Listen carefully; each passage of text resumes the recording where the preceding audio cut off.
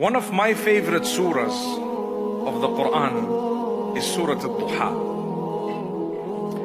In it, Allah Almighty makes mention of so many things.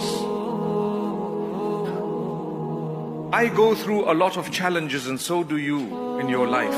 There are times when you make a dua, you supplicate to Allah, you ask Him, and it seems like to the human mind that perhaps we're not getting the response we want. We know we have faith that Allah has heard. We know we have faith that Allah responds. But we want it our way, and we want it now, and we want it quickly.